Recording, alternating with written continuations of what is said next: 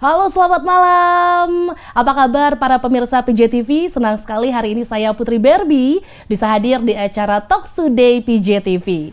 Dan hari ini Putri Barbie tidak sendirian karena hari ini Putri Barbie sudah kedatangan salah satu pengusaha yang luar biasa ya, dan pengusaha muda ya. Ini kita akan ngobrol-ngobrol mengenai UMKM. Nah, hari ini Putri Barbie sudah hadir. Kedatangan ada Bapak Muhammad Abdul Rozak Mulia selaku owner dari Hoof ID ya. Hai, Kang Rozak, apa kabar? Alhamdulillah sehat-sehat. Sehat ya, sehat alhamdulillah ya. Ih, seneng banget ya. Ini ketemu Putri Barbie bareng pengusaha muda ya. Wow, Kang Rozak, ngobrol-ngobrol soal Hoof ID nih ya. Ini tadi udah sempat ngobrol sedikit sih ya. Tapi boleh dikasih tahu lagi nggak sih tentang Hoof ID ini untuk para pemirsa PJTV? Oke. Jadi kalau untuk Hoof ID sendiri itu ada kepanjangan ya. Kepanjangan itu adalah House of Fashion. Jadi dulu awalnya tuh sebelum berdirinya Hoof itu saya itu punya banyak jaringan reseller karena saya juga kan buka pelatihan online shop. Oke. Nah, jadi di situ kita udah dapetin banyak cukup jaringan reseller. Akhirnya ketika saya udah mulai mau membentuk brand sendiri juga, udah langsung bisa langsung jalan gitu kan. Makanya udahlah jadi House of Fashion gitu kan. Karena udah ada nih, udah jadi rumah para jaringan saya ini gitu. Yang tadinya ya saya jual barang-barang reseller barang orang, saya alihin ke brand saya sendiri gitu. Nah, Hoof ID ini. Hoof ID, nah, kalau Hoof ID ini sebenarnya produknya apa nih, Kang? Nah, kita sih lebih kalau di 2014 kita udah mulai fokusin di jas, blazer, di formal item lah ya, sama casual juga gitu. Ada long coat-nya juga gitu. Jadi terus kita juga ada di jas batiknya juga. Jadi ya benar-benar ke segmen jasnya aja nih kita mainnya. Oh, dari 2014. Dari 2014. Tapi sebelumnya Kang Rozak sendiri bergelut di bidang apa nih sebelum akhirnya memutuskan untuk oke, saya 2014 nih fokus gitu ke blazer, ke produk blazer. Oke. Jadi kalau sebelumnya sih memang tadinya kan tadi jadi nge-reseller ya ke toko-toko lain tuh. Ada banyak varian juga sih, ada jaket, kaos dan sebagainya. Nah, memang di 2014 begitu saya menemukan salah satu wanita idaman yang sekarang menjadi istri, mantan pacar. Mantan pacar. Beliau yang menyadarkan katanya kalau misalnya toko yang kamu nge-reseller itu bangkrut, apa harus bubar juga nih jaringan-jaringan yang udah kita bikin gitu kan, atau ya pahit-pahitnya ya mau gimana nih ngasih para yang udah kita training. Nah, akhirnya ya kita mulai di situ ngebangun brand gitu bareng sama mantan pacar tadi gitu ya. Dari 2014 udah mulai 2014 fokus. Tapi sebelumnya dari 2011 ya, cukup lumayan lama ya, hampir sekitar 3 tahun ya. 3 tahun. Tapi kenapa akhirnya Kang Rozak nih memilih jas atau blazer gitu kan? Banyak tadi ya, ada jaket, ada kaos dan lain-lain. Oke. Yang pertama kalau di jas itu dari sejarah kerajaan mana sampai sekarang bentuk jas tuh begitu aja. Oke. Jadi dia long term gitu ya. Jadi terus kalau jas tuh minim kompetitor juga karena benar-benar yang ngejahitnya juga harus keahlian khusus. Minimal dia XX styler lah gitu. Jadi dari skillnya juga memang agak susah ditiru sama banyak brand-brand lain gitu. Memang sekarang ada pesaing tapi nggak banyak sebanyak pemain kaos, jaket gitu. Jas itu udah paling susah lah untuk ditiru gitu. Makanya udahlah, saya karena bukan orang yang begitu kreatif ngedesain gitu kan, udah ambil jas aja. Jadi ambil gampangnya karena memang kalau dari segi kaos emang udah kalau bahasa ya benar, kalau bahasa Belandanya mah pabalatak ya. sudah pabalatak sudah banyak ya.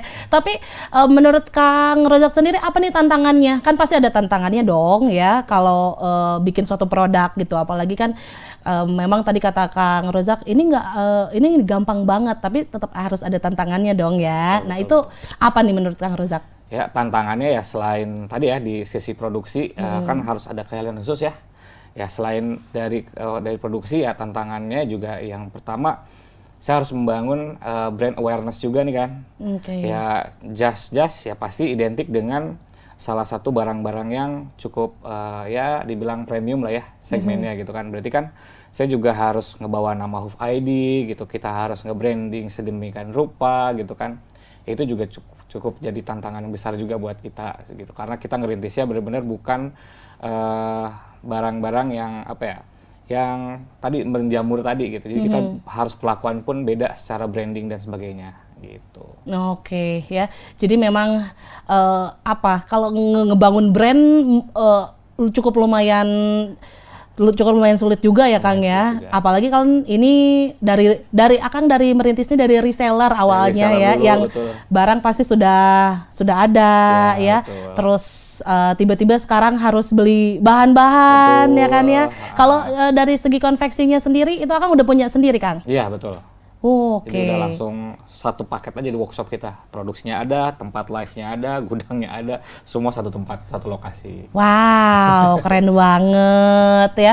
Jadi udah nggak susah lagi tuh Kang kalau kayak gitu mah Kang. Ya, alhamdulillah. Alhamdulillah. Begitu. Oke, Kang, ini ngomong-ngomong ya, ini ada berapa motif atau model dari blazer atau blazer atau jasnya Hoof ID? Total sekarang tuh udah sampai 122 katalog. 122?